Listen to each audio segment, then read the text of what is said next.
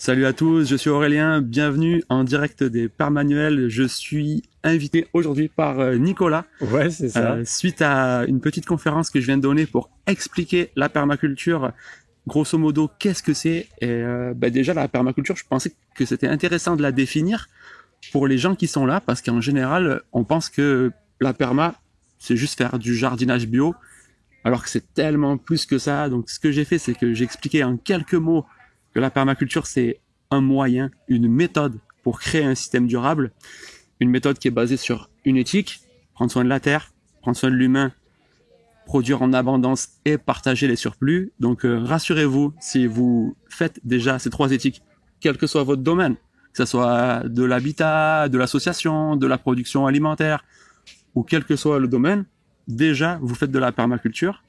Et c'était suite à cette intervention où j'ai parlé du fondateur, Bill Mollison, que Nicolas m'a proposé de faire une petite vidéo pour vous et pour vous parler notamment de bouquin-là. De ce livre, hein, puisque comme vous êtes sur la chaîne de la librairie permaculturelle, voilà, on parle de bouquins.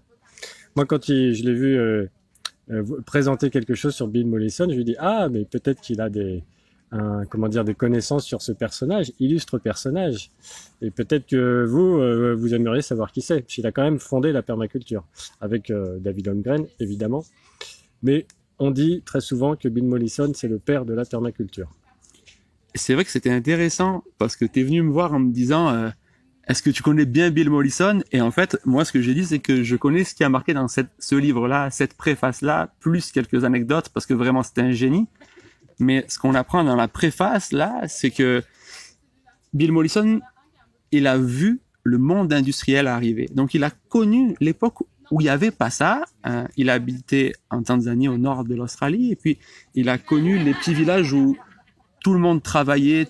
Beaucoup étaient soit pêcheurs, soit chasseurs, soit ils faisaient les légumes, ils s'occupaient des enfants, ils construisaient les maisons. Et ils avaient tous de multiples activités. Ils faisaient un peu tout, en fait. C'était pas sectorisé. Et puis, petit à petit, vous avez sûrement déjà vécu ça, ce sentiment on se rend compte des choses qu'on aime quand on les perd. C'est quelque chose d'horrible. Et en fait, il a vu petit à petit le monde industriel arriver, les gens obligés de partir pour bosser à la ville.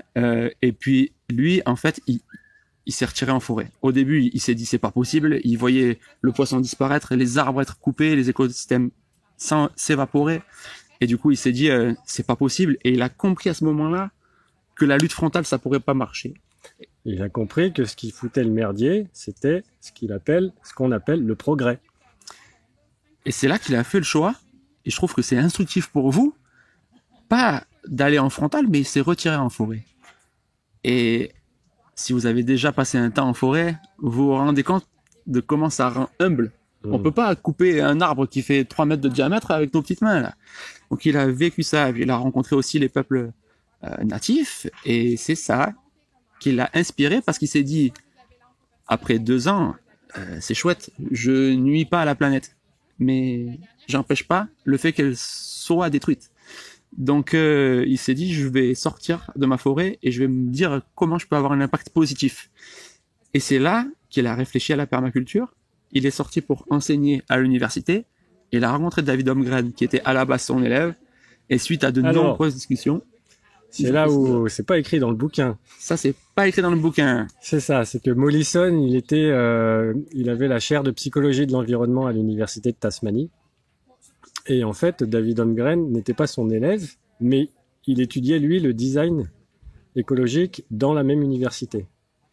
Il se trouve que s'ils se sont rencontrés, c'est parce que Bill Mollison, dans sa maison familiale, il s'occupait de son jardin. Ça veut dire, en gros, il testait plein de trucs sur sur les idées qu'il avait de la permaculture.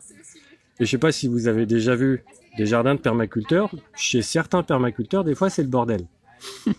Et sa bonne femme, à Bill Mollison, ça l'embêtait un peu. Alors elle lui a dit, écoute Coco, la chambre qui est là-haut, vu que nos enfants sont partis, on va la laisser à un étudiant. Et si possible, un étudiant qui pourra s'occuper du jardin. Et toi, Bill Mollison, t'arrêtes tes conneries avec le jardin. Ok? Alors là, et c'est là que David Holmgren est arrivé. Et c'est lui qui a pris la chambre chez Mollison. Alors là, c'est vrai que c'est intéressant pour vous reparler de ce livre-là. Jusqu'ici, la petite anecdote qui est préfacée par les Bourguignons. Donc c'est intéressant parce qu'à des moments, on a pu entendre la permaculture et les Bourguignons ne s'entendent pas Preuve que non, sinon ils auraient pas préfacé. Mais là, on vous a raconté l'histoire de Mollison que vous trouverez en préface de ce livre, mais c'est vraiment le tout début du livre.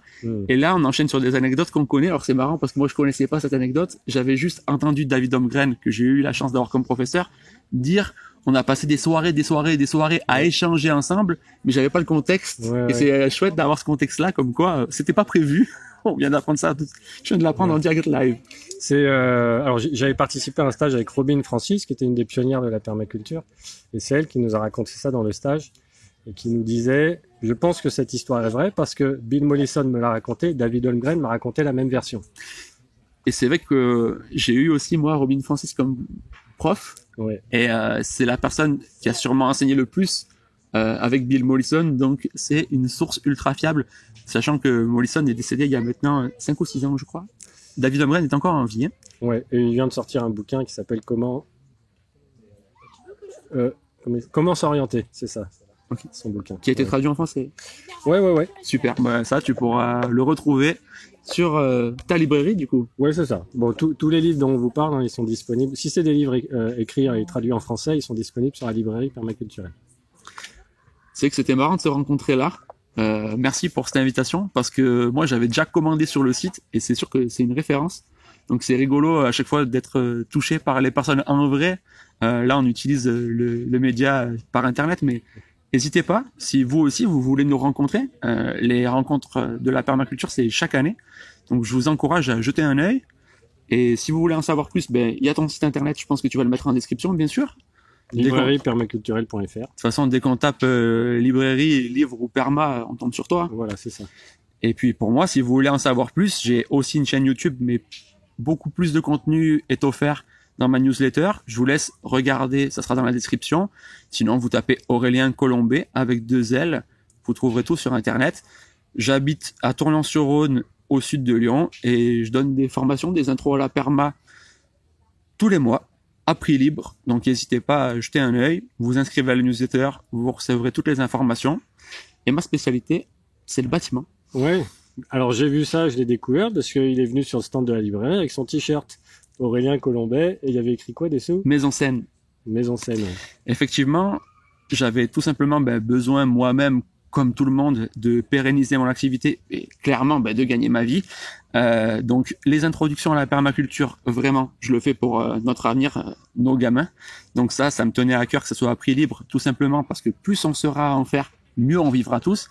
Par contre, ce qui me permet de gagner ma vie maintenant, c'est d'accompagner des chantiers ou même des gens qui vont construire, acheter ou rénover, leur parler de thermique. Tout simplement, je savais qu'un jour, on aurait moins d'énergie et donc que la thermique était quelque chose de vraiment essentiel, et j'ai réfléchi à justement créer une entreprise qui soit respectueuse des éthiques de la permaculture et qui corresponde à un changement enviable et profitable. Et du coup, c'est tellement pas normal qu'en France, on ait des bâtiments où il fasse trop froid ou trop chaud. Et c'est tellement simple, en utilisant les techniques de la permaculture et du bioclimatisme, juste de regarder comme faisaient les anciens et d'adapter avec les technologies qu'on a maintenant. Grosso modo, il faut s'imaginer qu'une maison avant, elle passait pas en dessous de 14 degrés. Alors qu'à l'époque, ils n'avaient pas d'isolant, ils n'avaient pas de double vitrage, ils n'avaient pas de joints en silicone. Donc comment ça se fait que maintenant, on se vive dans des conditions moins agréables alors qu'on a toute la technologie? Ça se fait qu'en fait, on a perdu cette notion de design. Et là, on vous renvoie à ce livre-là. Ce livre-là, c'est apprendre cette notion de design, c'est-à-dire de conception en permaculture. Et la permaculture, je l'ai dit au tout départ, c'est vraiment concevoir des systèmes durables. Et je l'ai dit, on peut l'appliquer à une maison. Et ce qui est intéressant, là on le voit sur cet exemple, c'est pas juste de concevoir la maison, c'est de s'imaginer comment on peut lier la partie végétale à la partie de la maison. Et typiquement, Bill Mollison, pour l'anecdote, il disait, moi quand j'ouvre la fenêtre de ma cuisine, je veux que la nourriture, elle rentre dedans. Voilà pour ce que je fais, vous aurez tout dans la description. Et puis si besoin, vous n'hésitez pas, on est à votre disposition. Un petit mail, vous nous contactez, ça sera un plaisir. Cool. Il est génial, hein. C'est lui qui mène la vidéo. C'est ma chaîne, mais c'est lui qui mène. Super. À charge de revanche, la prochaine fois, on t'invite pour ma chaîne. Hein. Yes. Merci Aurélien. Avec plaisir. Et puis, bonne continuation. Et puis, à bientôt. À plus.